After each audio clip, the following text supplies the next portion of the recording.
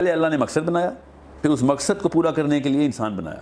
और वो मकसद इस्लाम के फ़लसफ़े का पता चल जाएगा तो आपको खुद ही समझ आ जाएगी कि इस्लाम पहले आया या इंसान पहले आया। अच्छा, मेरा सवाल ये है कि इंसान पहले आया और इस्लाम बाद में आया। अल्लाह ताला ने पहले इंसानियत बनाई है, ठीक है, तो इस्लाम को ऊपर पहले हर चीज़ में इस्लाम को घुसाते हैं। हमें पहले एक अच्छा इंसान बनने की ज़रूरत है और ह्यूमैनिटी इज़ अ रिलीजन, जिसकी वजह से आप मदर टेरेसा और इन सब की एग्जांपल देखें, वो जो है इंसानियत की ज़्यादा खिदमत कर रहे हैं। हम लोग इस्लाम करते रहते हैं। एक अच्छा इंसान बने तो हम अच्छा बाद में मुसलमान भी बन सकते हैं।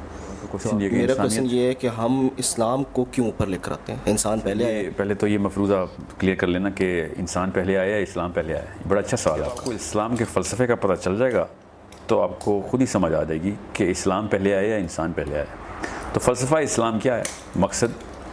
मकसद इस्लाम का ये है कि फ़लाह हो। ये तो इंतहाई सेंसलेस किस्म का अप्रोच होगी कि हम बग़ैर मकसद के आए थे और यहाँ आके हमने देखा क्या माहौल के मुताबिक एक दूसरे के साथ एडजस्टमेंट करना सीखें। बेसिकली इंसानियत का फ़लसफ़ा ये है। सिचुएशनल पैरामीटर्स जो है ना, वो सिचुएशन की बेस के ऊपर सेट किए जाएँ और फिर देखा जाए कि जो मोरल लॉज बनते हैं किसी एक इलाके में, वो किसी दूसरे इलाके में शायद ना बने। बेसिस क्या है? ये पहले अल्लाह ने मकसद बनाया, फिर उस मकसद को पूरा करने के लिए इंसान बनाया, और वो मकसद असल में इस्लाम है।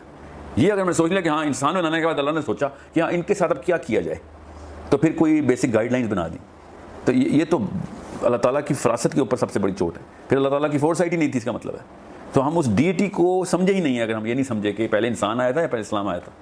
अल्लाह ताला की जो अलूहियत है उसको समझने के बाद खुद ही समझ आ जाती है कि पहले इस्लाम आया था, क्योंकि अल्लाह पहले आए थे, ठीक है, अल्लाह तो पहले।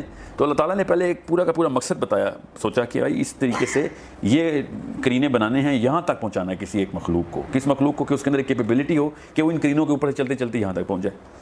फिर उसके लिए फिर आदम को बनाया, इसीलिए फरिश्तों ने उसी से पूछा कि ये तो शर और फसाद बर्पा कर देगा, समझ रहे? जैसे ही फसाद का लफ्ज़ फरिश्तों ने बोला, इसका मतलब है कि आदम के बनते ही उनको पता था कि कैपेबिलिटी जितनी भी इस आदम के अंदर डाली हुई है वो मकसद पूरा ही नहीं कर सकता जिस मकसद से इंसान को बनाया गया।